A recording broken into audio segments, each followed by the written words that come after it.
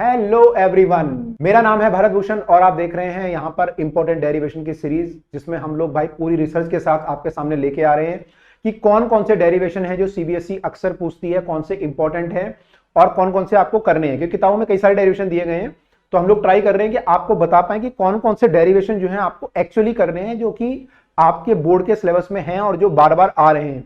तो पूरी रिसर्च के साथ हम लोग जो है पिछले 15 साल के पेपर देखे हैं और आपको लिखा है कि कौन कौन से क्वेश्चन कब कब आए हैं, तो आपके सामने वो लेके आए हैं। तो लेट अस सी, आज हम लोग देखने जा रहे हैं चैप्टर नंबर 4। तो हमने चैप्टर नंबर 1 to 3 कवर किया है, अब हम चैप्टर नंबर 4, चैप्टर नंबर 4 जो है हमारा मूविंग चार्ज एंड मैग्नेटिज्म, उसके जो डेरिवेशन है इंपॉर्टेंट कौन कौन से देखते हैं। साथ में एनसीईआरटी भी देखते हुए चलेंगे कि एनसीईआरटी में वो कहां कहां दिए हुए हैं।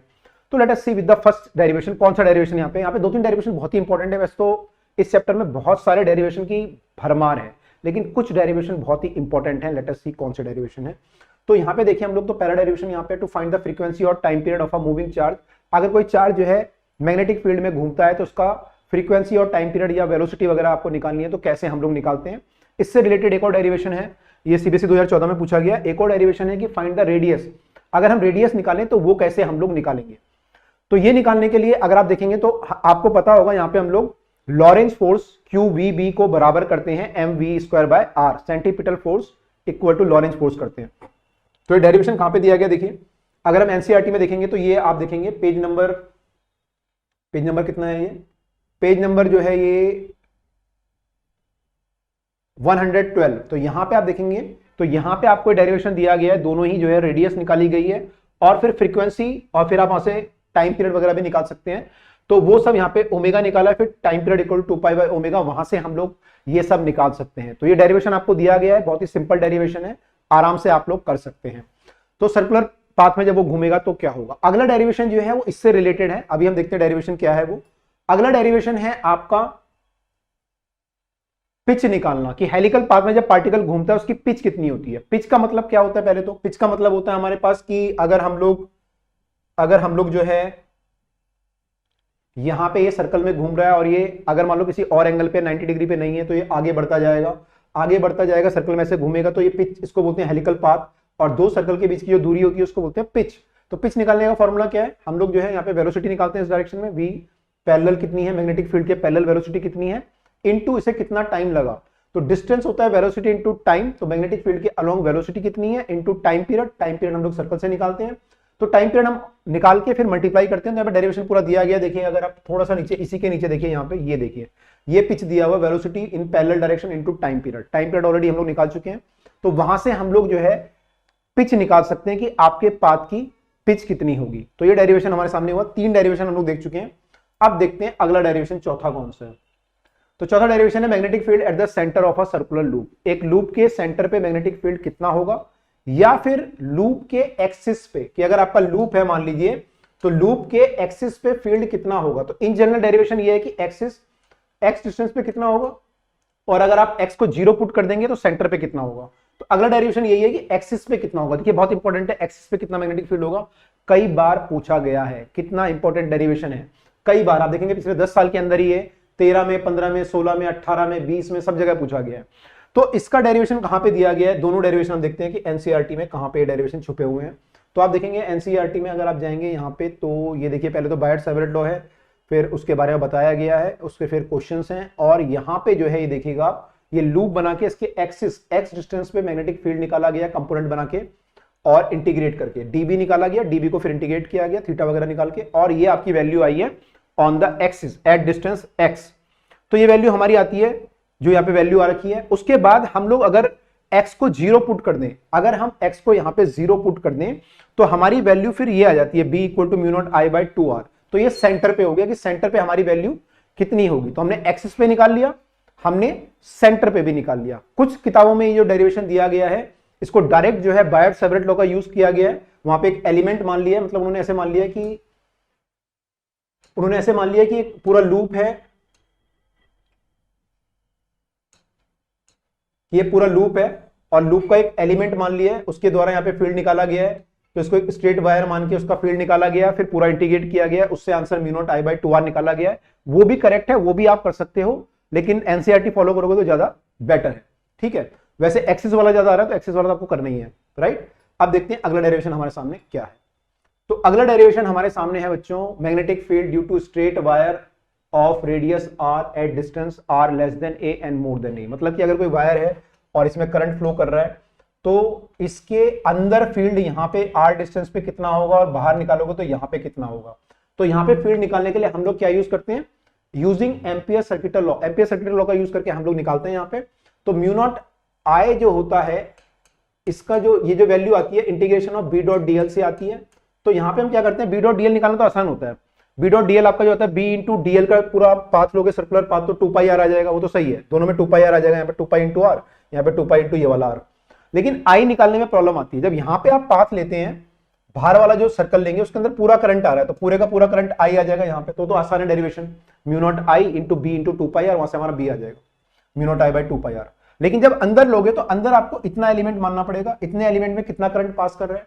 तो वहां पे हम यूनिटी मेथड यूज करते हैं कि पूरा जो करंट है आई वो पाई आर स्क्वायर एरिया में पास कर रहा है। तो एक में जो करंट पास कर रहा होगा 1 मीटर स्क्वायर में वो आई बाई पाई आर स्क्वायर होगा। तो इतने में कितना कर रहा होगा, है ना, आप समझे ना। अगर ये रेडियस मान लीजिए आर है तो जो करंट पर यूनिट एरिया है, करंट डेंसिटी है, वो जे हो जाएगा हमारा आई बाई पाई आर स्क्वायर। और फिर इसका एरिया ले लेंगे इनटू पाई आर स्क्वायर, उससे मल्टीप्लाई करेंगे तो यहाँ पर करंट आ जाएगा। वो वैल्यू हम यहाँ पे पुट करेंगे और वहां से फिर आंसर आएगा। डेरिवेशन आपको देखना है।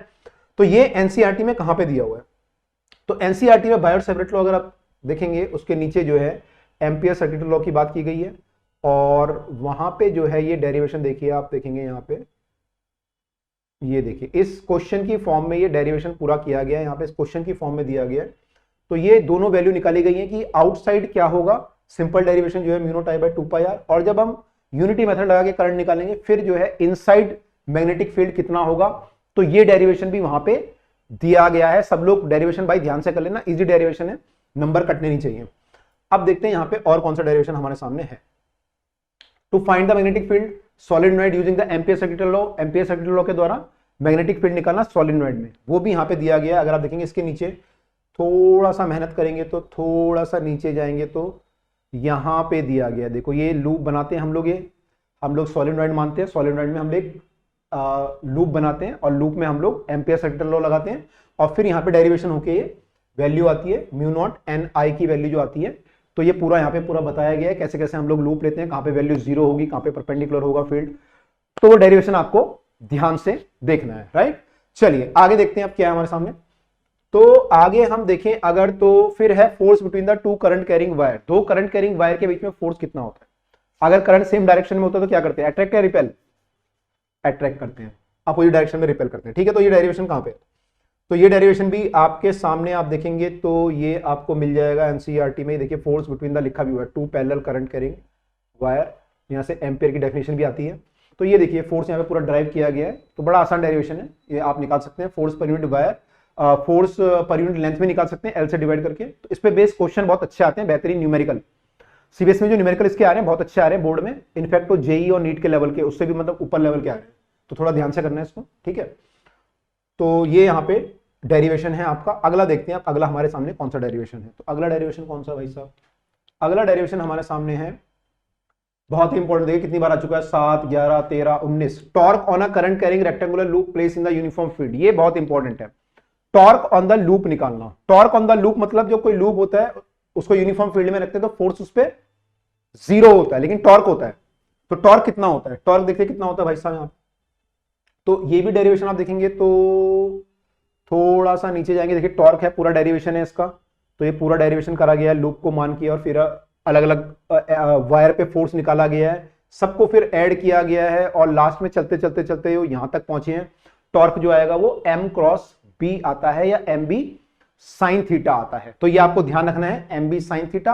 और यहां पे थीटा ध्यान रखिएगा, थीटा जो एंगल होता है वो एरिया वेक्टर और मैग्नेटिक फील्ड के बीच में होता है। कई बच्चे ये एरिया के बीच में ले लेते हैं, मतलब ये एरिया वेक्टर बाहर को होगा, मैग्नेटिक फील्ड के बीच में एंगल होगा, वो ध्यान रखिएगा यहाँ पे न्यूमेरिकल जब करेंगे, ठीक है।